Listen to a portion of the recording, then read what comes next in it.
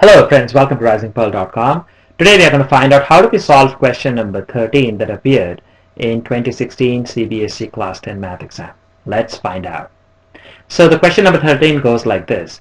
If point P, whose coordinates are given by x comma y, is equidistant from the points, so there are 2 points which are given, A and B. It's kind of weird because both A and B are given in terms of some expression instead of having some absolute numbers. But that's fine. Let's take a look at the question again. If the point P, whose coordinates given by x and y, is equidistant from the points A and B, whose coordinates are given, then we have to prove that bx equals ay. So the first thing is that we will have to draw a straight line. So let's say we draw something like this.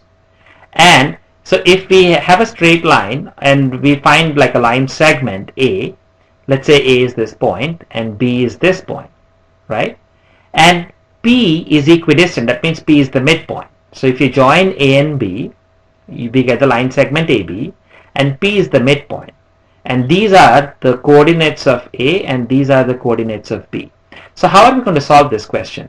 We are going to use the sections formula, right? So what does the sections formula tell us?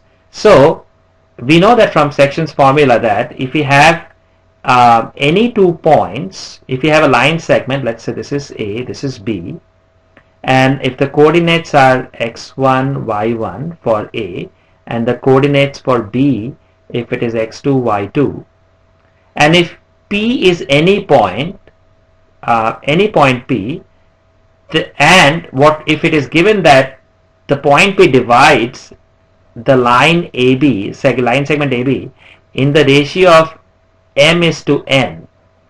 That means that if AP by PB, if point P divides the line in m is to n ratio, then we can find out the coordinates of point P.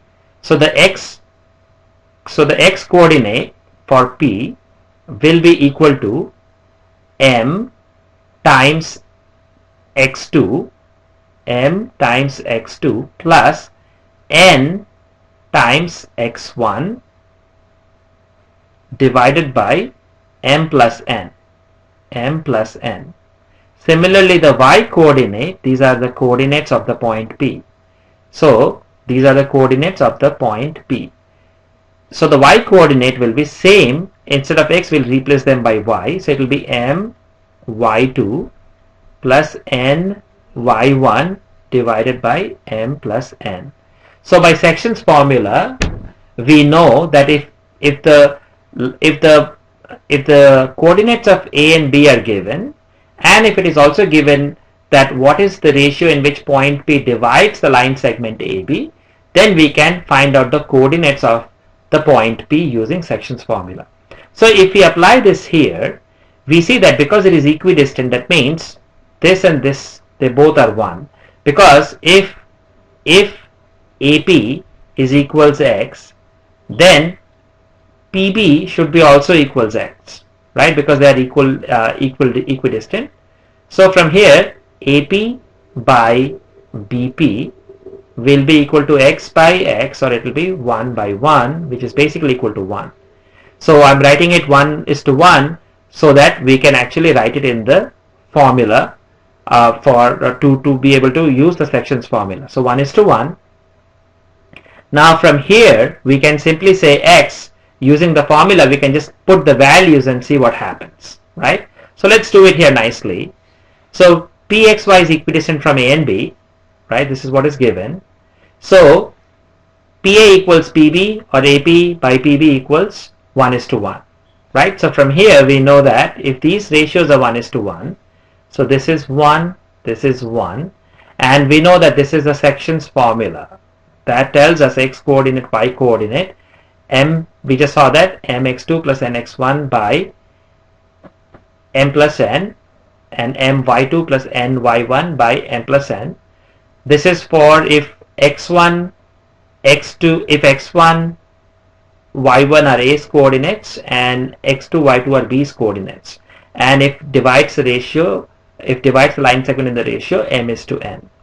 So now, knowing what we know, using sections formula, so px will be 1 times x2. This is x2. So 1 times a minus b plus 1 times a plus b divided by 1 plus 1, right? So if we solve it, we get x equals a. If you just solve it, we get x equals a, right? Similarly, now let's take a look at how about the y. So for the y coordinate, using the sections formula, we get y equals, so this will be 1, this will be 1. So 1 times a plus b plus 1 times b minus a. So if we solve and divide it by 1 plus 1, so if we solve it, we get y equals to b, right? So simply bx, because we have to prove bx equals ay, so we can either start with ay and see what we get, or we can start with bx and see what we get. So we are just choosing bx. So bx equal to, so instead of b we can write y, correct? Instead of b we can write y, and instead of x we can write a, because we saw a little while ago that x is equal to a, right? So x is equal to a. So instead of b we are writing y, instead of x we are writing this, or it's equal to ay. Isn't that what we have to prove? Of course. So we have to prove bx equals ay, and we have just proved that bx is indeed equal to ay. This is how we solve the question number 13, and so this is proved, hence it is proved.